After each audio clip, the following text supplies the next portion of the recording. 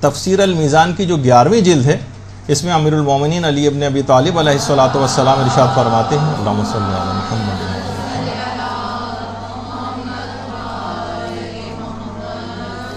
کہ ہم ایک دفعہ پیغمبر اسلام کے ہمراہ مسجد نبوی میں بیٹھے ہوئے تھے اور نماز کے وقت کا انتظار کر رہے تھے، نماز کے وقت کا انتظار۔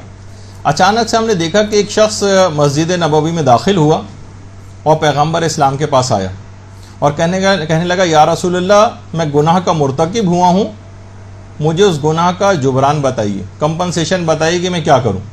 پیغمبر اسلام ملتفت ہی نہیں ہوا اس شخص کی طرف اور نمازوں میں مشغول ہو گئے، یہاں تک کہ پھر نماز جماعت کا وقت آ گیا، پیغمبر اسلام نے جماعت کی امامت شروع کروا دی، وہ شخص بھی پیچھے جا کر کھڑا ہو گیا۔ جب نماز ختم ہوئی تو وہ شخص پیغمبر اسلام کے پاس پھر آیا اور آ کر اپنا سوال دہرایا کہ یا رسول اللہ، مجھ سے گناہ ہو گیا، اس کا جبران بتائیے۔ پیغمبر اسلام نے جواب دیا، کیا تو نے ہمارے ساتھ ہمارے پیچھے نماز جماعت نہیں پڑھی؟ کہا کہ ہاں یا رسول اللہ پڑھی ہے۔ کہا تیری یہی نماز تیرے گناہوں کا کفارہ بن گئی۔ اللہم صلی علی محمد وعلی محمد۔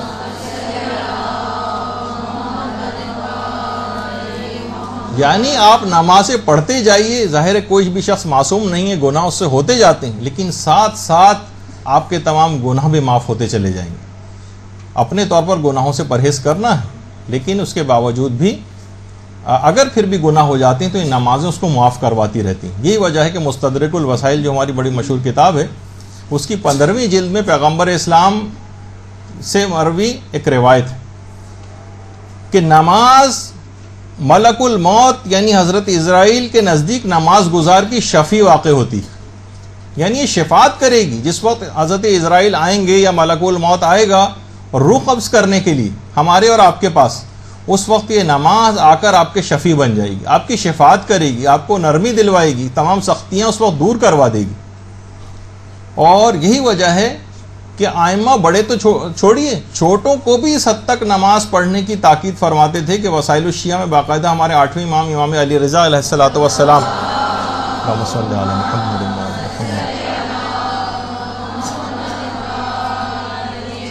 ہم دیکھتے ہیں کہ 80 سال کے بوڑھے نماز کے پابند نہیں ہو پاتے کہ امام کی خدمت میں ایک 8 سال کا ایک بچہ آیا کہ جو 1 یا 2 روز سے جس نے نماز نہیں پڑھی تھی، تو امام نے عذرائے تعجب پوچھا، سبحان اللہ، وہ 8 سال کا ہو گیا اور پھر بھی نماز کو ترک کرتا ہے؟ یعنی 8 سال کے بچے کے متعلق بھی امام نے اس انداز سے جملے کہے۔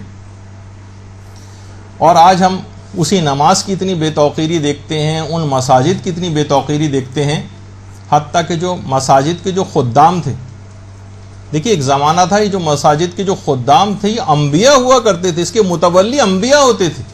حضرت ابراہیم علیہ السلام یہ مسجد کے خادم ہوا کرتے تھے، صفائیاں کیا کرتے تھے، مسجد کی دیکھ بھال کیا کرتے تھے۔ حضرت زکریا کے متعلق ملتا ہے وہ مسجد کے متولی اور صفائی کرنے والے ہوتے تھے۔ اور حضرت مریم، ان کی والدہ نے باقاعدہ نظر کی تھی، جو قرآن کی آیات کے اندر بھی اس نظر کا تذکرہ آیا ہے کہ میرے ہاں جو بھی بچہ پیدا ہوگا وہ مسجد کا میں اس کو خادم بناؤں گی۔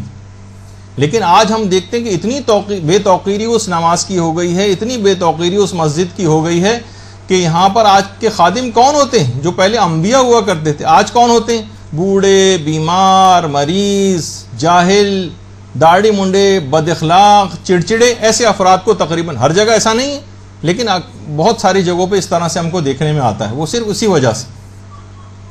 تو جبکہ ہم دیکھتے ہیں کہ معدود چند افراد کے بہت سے لوگ تو بہت سی مساجد میں جو خادم ہوتے ہیں وہ بہت فریضہ سمجھ کے بھی ادا کرتے ہیں، لیکن ہم دیکھتے ہیں کہ بہت سارے ممالک ایسے ہیں کہ جہاں پر باقاعدہ وہاں کے افراد نمازی صفائی نہیں کر رہے ہیں مسجد کی، بلکہ لیبر کا انتظام کیا جا رہا ہے۔ اخباروں میں اشتہارات آتے ہیں کہ بھئی فلاں مسجد کے لیے مزدور چاہیے جو صفائی وہاں پر کرے، فلاں جگہ پہ ہمیں کلینر چاہیے اور مسجد کے عملے کی صفائی کے لیے نہیں۔ مسجد کے آنے والے نمازی اتنے متکبر ہو گئے ہیں کہ وہ مسجد کی کوئی چیز جو ہے وہ صاف کرنے کو تیار نہیں، اور سوچتے ہیں کوئی ہم یہ کام کیوں کریں، تو بہت حقیر اور چھوٹا کام ہے جو انبیاء کیا کرتے تھے کسی زمانے۔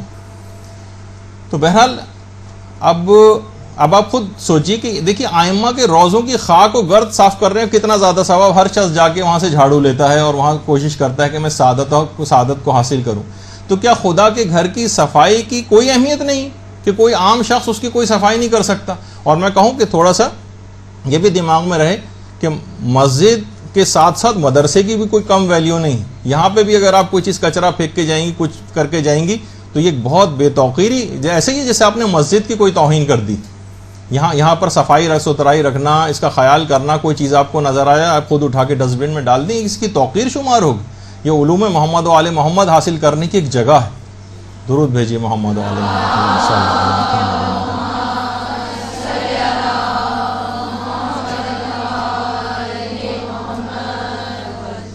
تو بہرحال ہم نے یہ دیکھا کہ بہت ساری ایسی جگہیں ہیں، خاص طور پر بتائیے خانہ کعبہ، مسجد بیت الحرام، مسجد الحرام، اس سے زیادہ تو وہاں پر بھی ہم کو یہ نظر آتا ہے کہ جو وہاں کے کچھ مقامی افراد ہیں وہ مسجد کے کاموں کو اس لحاظ سے ہاتھ تک نہیں لگاتی. اور انہوں نے یہ جو گرین کپڑوں میں آپ کو نظر آ رہے ہیں اپنے لباس میں، یونیفارم میں، وہ مختلف ممالک سے وہ لیبر ہے جو کہ وہاں بھرتی کر کے وہاں کے اپنے افراد جو ہیں وہ کہیں پہ بھی اس انداز سے کوئی ہاتھوں میں وہ واکی ٹاکی وغیرہ لیے تو گھومتے نظر آتے ہیں. لیکن مسجد الحرام کا کوئی کام جہاں پہ انسان اپنی پلکوں سے جھاڑو دے جس جگہ پر جو کہ اس کو کرنا چاہیے، لیکن ہم دیکھتے ہیں کہ ایک بے توقیری ہے، یہ اس کا اہمیت کا احساس نہیں کہ ہم کس جگہ پر ہیں. برحمتک یا ارحم الراحمین وصلی اللہ علی محمد وآلہ الطاہرین.